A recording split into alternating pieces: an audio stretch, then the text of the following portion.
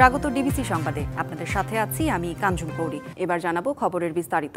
BNP নেতা ইশরাক হোসেনকে ঢাকা দক্ষিণ সিটি মেয়র হিসেবে শপথ পড়ানোর দাবিতে আজও সকাল থেকে নগর ভবনের সামনে অবস্থান নিয়ে প্রতিবাদ জানাচ্ছেন বিক্ষোভকারীরা। এ নিয়ে চতুর্থ দিনের মতো বিক্ষোভ করছেন ঢাকা দক্ষিণের সাধারণ নাগরিকদের একটি অংশ। সকাল থেকে বিভিন্ন এলাকা থেকে খণ্ড খণ্ড মিছিল নিয়ে নগর ভবনে আসেন তারা। এর ফলে নগর ভবনের সামনে সড়কে যান চলাচল ব্যাহত হয়। এ সময় ভবনটির প্রধান ফটকও বন্ধ করে দেওয়া হয়। এছাড়া নগর ভবনের বিভিন্ন কার্যালয়ে তালা দেওয়া রয়েছে। তবে ভবনের ভেতর আইনশৃঙ্খলা রক্ষাকারী বাহিনীর সদস্য মোতায়েন করা হয়েছে। ইশরাক হোসেনকে মেয়র হিসেবে শপথ না পড়ানো পর্যন্ত কর্মসূচি চলবে বলেও জানিয়েছে আন্দোলনকারীরা।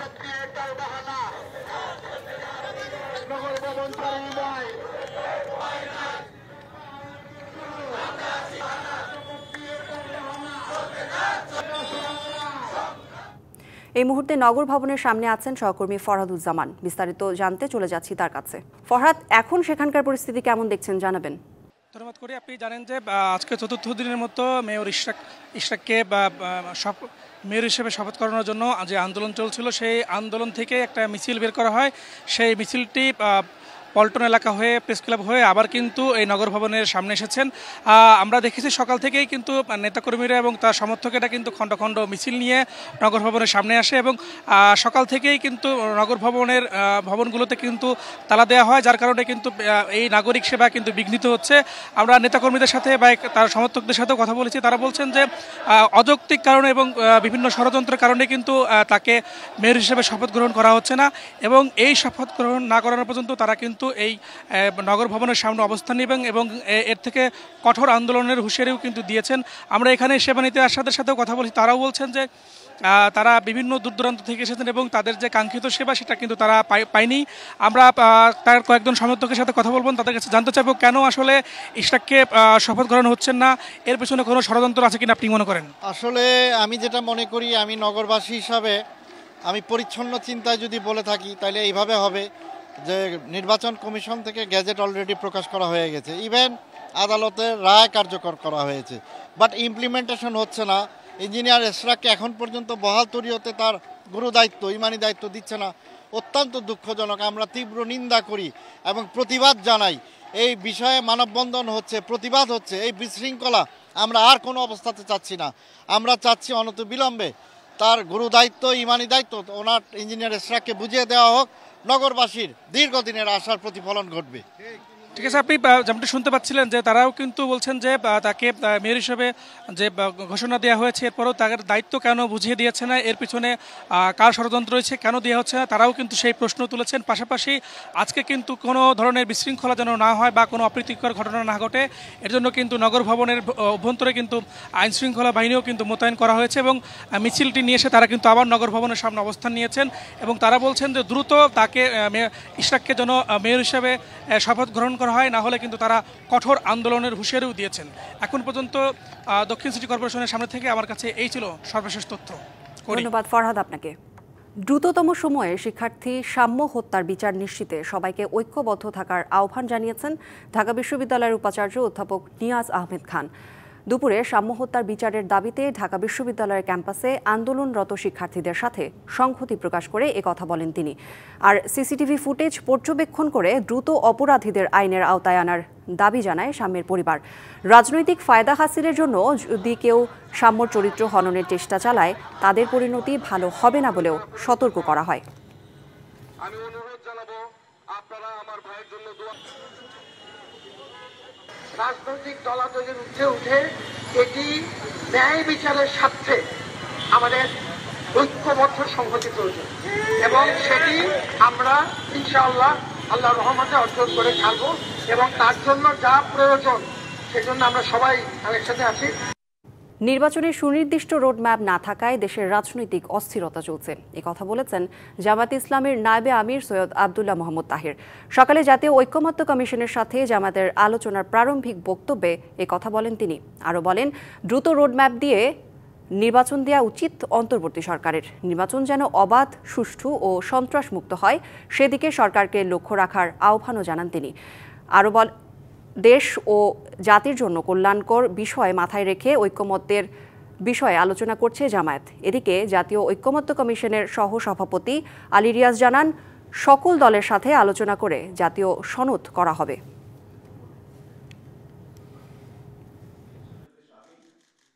এমন একটি ব্যবস্থা আমাদের করা উচিত, যে ব্যবস্থায় নির্বাচন সুষ্ঠু হবে, সঠিক হবে, এবং এটার জন্য যা যা উদ্যোগ নেওয়া দরকার, হার্ড হতে হলে হার্ড হতে হবে, অ্যাকোমোডেটিং হলে অ্যাকোমোডেটিং হতে হবে, but election should be very fair and acceptable. জাতীয় ঐকমত্য কমিশন চেষ্টা করছে যত দ্রুততার সঙ্গে সম্ভব আমরা একটি জাতীয় সনদে এটিকে অগ্রসর হতে চাই, এবং আমরা বিশ্বাস করি সকলের প্রচেষ্টা নিঃসন্দেহে সফল হবে। সবকিছু ঠিকঠাক থাকার পরও অতিরিক্ত বিমান ভাড়া ও সিন্ডিকেট দৌরাত্মের কারণে গত বছরের মালয়েশিয়া যেতে পারেননি 18,000 কর্মী। ওই সময় দেশটিতে যেতে না পারা শ্রমিকরা সকালে রাজধানীর প্রবাসী কল্যাণ ভবনের সামনে অবস্থান নেয়। এ সময় তারা বলেন, মন্ত্রণালয় ও এজেন্সির দুয়ারে দুয়ারে ঘুরেও কোনো সমাধান মেলেনি। এমন বাস্তবতায় বিনা খরচে দ্রুত মালয়েশিয়া পাঠাতে সরকারের প্রতি আহ্বান জানান তারা। নতুন করে শ্রমবাজার উন্মুক্ত হলে অগ্রাধিকার ভিত্তিতে তাদের পাঠানোর দাবিও করেন তারা। এ নিয়ে ক্ষোভ জানিয়ে তারা বলেন, সরকারের আশ্বাস ও এজেন্সি স্বেচ্ছাচারিতায় 1 বছর ধরে তারা পরিবার নিয়ে মানবেতর জীবনযাপন করেছেন।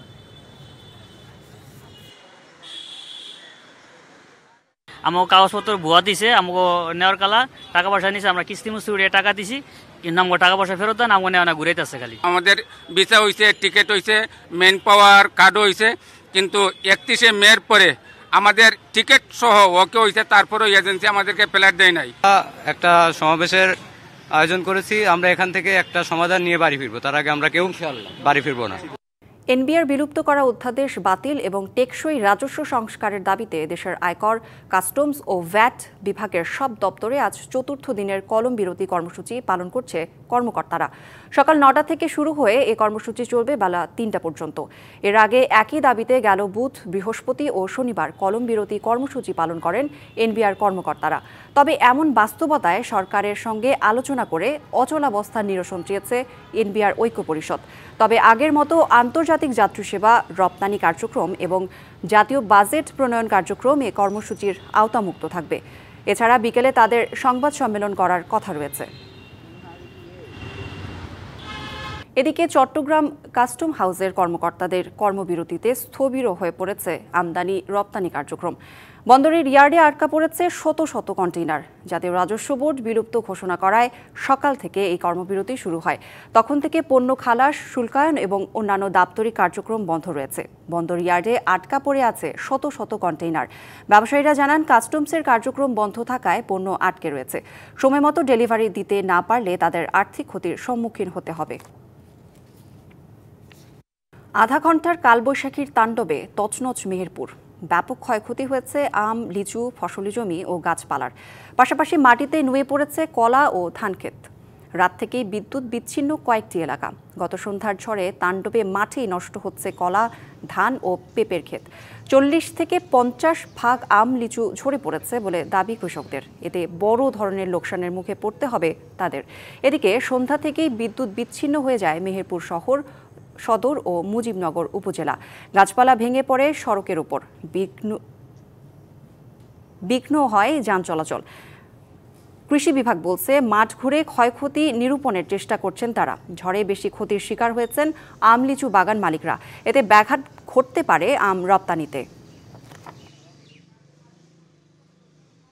প্রচুর বৃষ্টি আর ঝড়, এই ঝড় আর বৃষ্টির কারণে মাঠের প্রচুর ক্ষতি হয়েছে। কলার গাছ দেখছেন, এই গাছ আপনার 2 ব্যাগি কলা 2 লাখ টাকা খরচ, এখন তো একটাও পাওয়া যাবে না। মেহেরপুরের প্রতিটা অলিতে গলিতে গাছপালা ভেঙে গেছে, বিদ্যুৎ সংযোগ এবং বিদ্যুতের খুঁটি সব উপড়ে গেছে। কালবৈশাখী ঝড় এবং বৃষ্টি আমাদের জেলার উপর দিয়ে বয়ে গেছে, ক্ষতির আঘাত এনেছে বিশেষ করে আম, কলা এবং পেঁপে, লিচুর কিছু অংশে। আমাদের উপজেলা কৃষি অফিসার স্যার আমাদের মাটি অ্যাসেস করতে বলেছেন, আমরা সেটিকে অ্যাসেস করছি।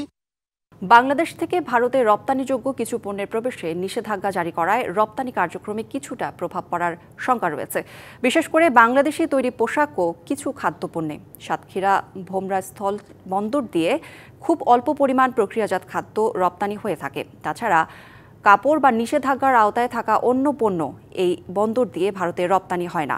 ফলে এই বন্দরে রপ্তানির পরিমাণ কিছুটা কমলেও বড় ধরনের প্রভাব পড়বে না। এ বন্দর দিয়ে মূলত আমদানি হয় দুটি পণ্য, পাথর এবং পেঁয়াজ।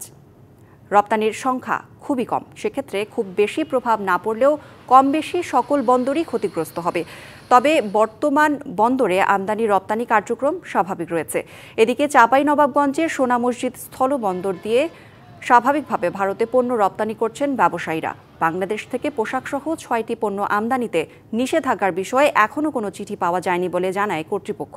সোনা মসজিদ স্থলবন্দর দিয়ে ভারতে হাফ প্যান্ট, গেঞ্জি, প্লাস্টিক পণ্য, জুস ও পাটজাত পণ্য রপ্তানি হয়ে থাকে।